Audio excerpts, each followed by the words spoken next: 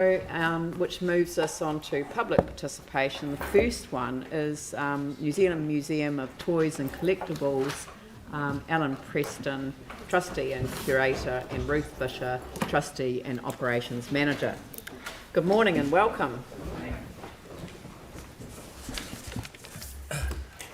Firstly, I'd just like to say thank you for the opportunity to share our venture with you, and to start with a little history. So in February 2016, after 2 years of set-up, we opened the Toy Collector in a smallish building in Fallsgrave Street. It was very much an experiment, but something that Alan had wanted to do for at least the last 30 years. After expanding within the space that we had, it became obvious that we needed more space, and that this was something there was an appetite for. It had been an experiment, we didn't know how it was going to be received. The only negative feedback we ever got was that the space was too small. So in September last year, we gathered together a few like minds and set up a charitable trust to run the museum in an expanded format. In December, we moved into the Manchester Street building that had housed the City Library after the earthquakes, and set about building the new museum. After having put everything on hold, we went with lockdown, we opened in July. The museum is a collection of around about 30,000 items that are designed to trigger memories and nostalgia, whether you're 8 or 80. It's an intergenerational space, an experience that's quite rare as far as we're aware. There's not too many times when a grandparent and grandchild can talk about things that they relate to in the same space and about the same topic. Play is very definitely universal. Probably the easiest way to explain is to show you a little. So we have a video that we hope will run.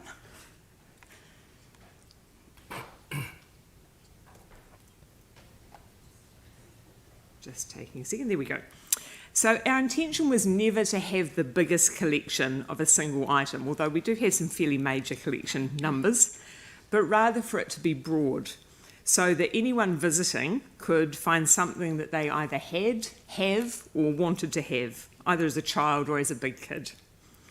The museum includes a working railway, a large Lego City area, a play area, and currently 8 separate rooms dedicated to different themes around play. We've been able to not only put our own collection on display, but some of the amazing toy collections from people around Canterbury. So many of these have been boxed away since the earthquakes, and the owners are excited for others to see what they've amassed. We're also receiving lots of donations of people looking for somewhere for their long-loved toys to have a home. Oops, next slide. You don't really need to see it again. There you go. So, who in their right mind opens a tourist venture in the middle of a pandemic? We were fortunate, we didn't have much alternative, we'd already started, but we were also fortunate that we already had some presence in the market, and some of the local and national media have given us airtime. The video that you just saw was edited from a 7 Sharp segment that played in July. Considering the borders are closed, we've been relieved to have local and New Zealand tourists, albeit at much lower numbers than we'd hoped. We support several local charities dealing with disadvantaged youth, and their encouragement and positive feedback along with that from retirement homes and other visitors has been wonderful. We were also nominated and selected for a Civic Trust Award, which adds to the knowledge that we're doing something right and that there is an appetite for what we're doing. To date, this venture's been totally privately funded. We've had no funding from anyone except ourselves. We received no rent relief from the COVID situation from our landlord and managed to keep our staff employed only through the government subsidy. We've exhausted all our personal savings and recently increased our mortgage so that we could stay open with our landlord threatening to terminate the lease. We're about to open our function space, which will increase our revenue, and we continue to get more numbers through the door. but we do need funding.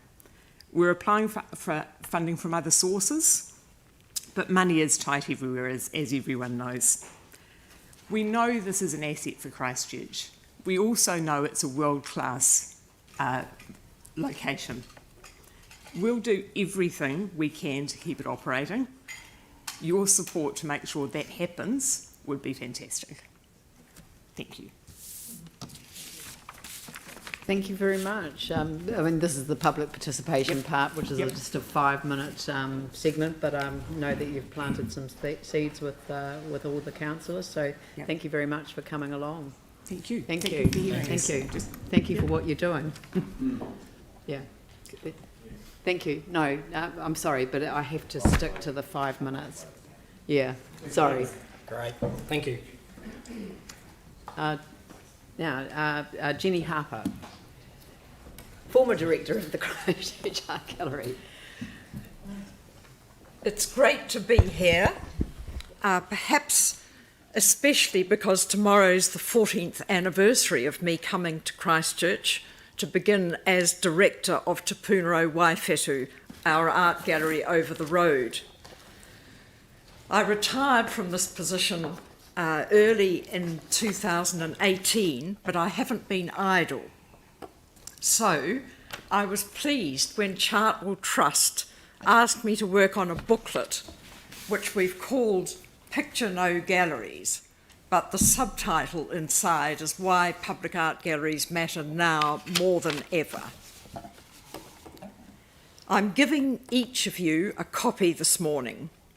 They were delivered only last evening, so this is a kind of launch, a morning coffee launch or something. But as elected members and senior managers of council, you're a key audience. I argue for the pivotal roles art galleries play in their communities. For as much as we need science to resolve the realities of climate change, and as much as we need new economic thinking to address growing social inequality, human beings also need a sense of meaning, value, and purpose. Art and creativity are a means to this end. I point out how important it is for galleries to have reliable and continuous funding. They need to be open and active so that our collections, staff, exhibitions and volunteers can provide access to the pleasure and hope that art gives. I'm also very hot about entrance being free for all. As much as botanic gardens and public parks, our collections belong to the people of this city. We're their current kaitiaki or guardians. I hope you enjoy it, as well as McCarthy's design cartoons. It's free and deliberately short for time-poor readers, and finishes with 9 burning issues, which I hope to discuss with the next Minister of Arts, Culture and Heritage post the general election. I'm more than happy to take questions over coffee and a glass of something suitable once you've digested it. So Joe's going to distribute them now. Dawn, there's a copy for you. And one also for Mary Richardson. And I hope they're enough. Thank you very much. Thank you very much. This is the launch. Thank you. Well done. Much appreciated. Thanks very much. Thank you. Thank you.